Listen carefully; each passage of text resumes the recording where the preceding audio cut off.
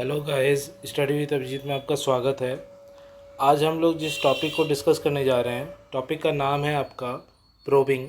और ये हमारा पेडागोजी ऑफ मैथमेटिक्स का यूनिट 3 एक्सप्लोरिंग लर्नर्स का पहला टॉपिक होने जा रहा है, प्रोबिंग। तो चलिए वीडियो शुरू करते हैं। देखिए, यूनिट 3 एक्सप्लोरिंग लर्नर्स का प्रोबिंग हमारा सबसे पहला टॉपिक है। प्रोबिंग होता क्या है? Probing is a form of questioning. Questioning का एक फॉर्म होता है probing, that encourage student to attend their verbal answer in the classroom. यानी कि जो स्टूडेंट को इंकरेज करता है कि वो वर्बली क्वेश्चन आंसर में पार्टिसिपेट करे क्लासरूम के अंदर, इसे ही हम लोग प्रोबिंग कहते हैं। There are 3 type of probing question which are particularly effective for both classroom teaching and small group individual tuition.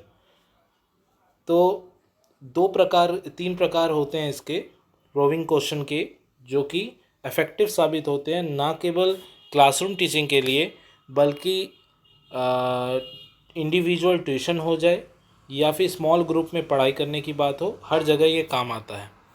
क्या है वो तीनों? प्रोबिंग टू क्लैरिफाई आइडियाज़, यानी क्वेश्चन पूछा जा रहा है आइडियाज़ को क्लैरिफाई करने के लिए। Probing to expand on idea, question पूछा जा रहा है आइडियाज़ को और एक्सपेंड करने के लिए। और प्रोबिंग टू कंटेक्चुअलाइज आइडियाज़, तो आइडिया को कंटेक्चुअलाइज करने के लिए अगर क्वेश्चन पूछा जा रहा है, ये 3 प्रकार इसके होते हैं।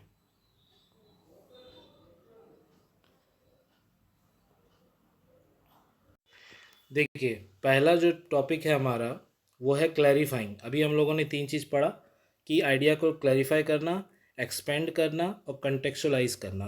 तीनों के बारे में थोड़ा थोड़ा जो लिखा है यहाँ, उसे देख लेते हैं। क्लैरिफाई का क्या मतलब होता है?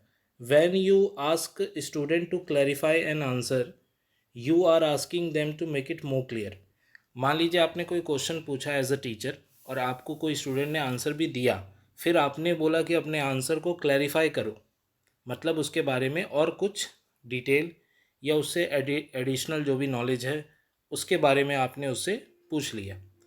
आप क्या क्या पूछ सकते हैं? तो what do you mean by that, ऐसा अगर आप पूछते हैं, इसका मतलब है कि आप स्टूडेंट से चाह रहे हैं कि वो और थोड़ा ज़्यादा डिटेल में उस चीज़ को समझाने की कोशिश करें। या तो आप पूछ सकते हैं how would you explain that to your younger student, या तो आप ये भी पूछ सकते हैं can you give me another example of that, या how did you work that out.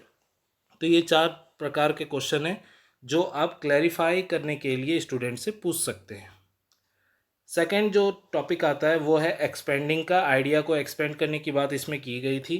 When you ask student to expand on an idea, you are asking them to elaborate on and extend their understanding of the idea. तो इसमें आप क्या question पूछ सकते हैं बच्चे से कि how do you think this would happen, this would have an impact on. यानी आप उससे पूछ सकते हैं कि बताओ कि जो तुम आंसर दे रहे हो इसका इम्पैक्ट कितना हो सकता है, या what evidence do you have for that, या what would this mean for, क्या मतलब है इसका। तो ऐसे सवाल जब आप पूछते हैं तो उसका मतलब है कि आप चाहते हैं कि स्टूडेंट जो आंसर दे रहा है उसे थोड़ा इलाबोरेट करे, थोड़ा एक्सपेंड करे। और थर्ड पॉइंट जो है वो है कंटेक्चुअलाइज करने की बात इसमें की जाती है।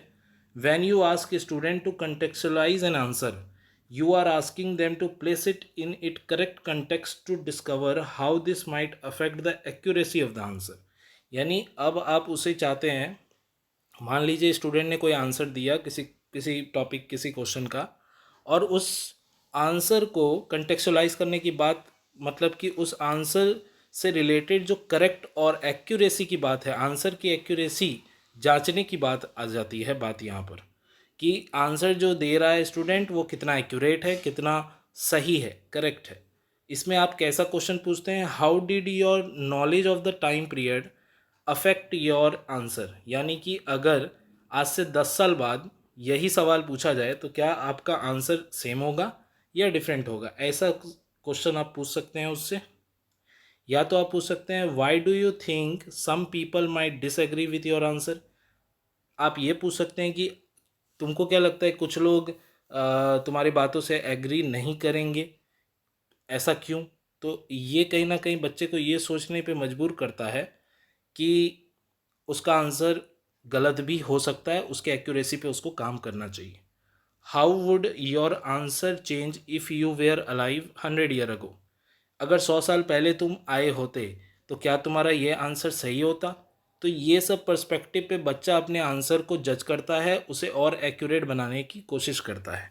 तो यही था आज का टॉपिक प्रोबिंग, जिसके अंदर हम लोगों ने कंटेक्चुअलाइजिंग, एक्सपेंडिंग और क्लैरिफाइंग को पढ़ा है। अगर आपको वीडियो पसंद आए तो प्लीज़ वीडियो को लाइक और चैनल को सब्सक्राइब करें। Thank you for watching. मिलते हैं अगले वीडियो में, तब तक के लिए ऐसे ही देखते रहिए स्टडी विद अभिजीत।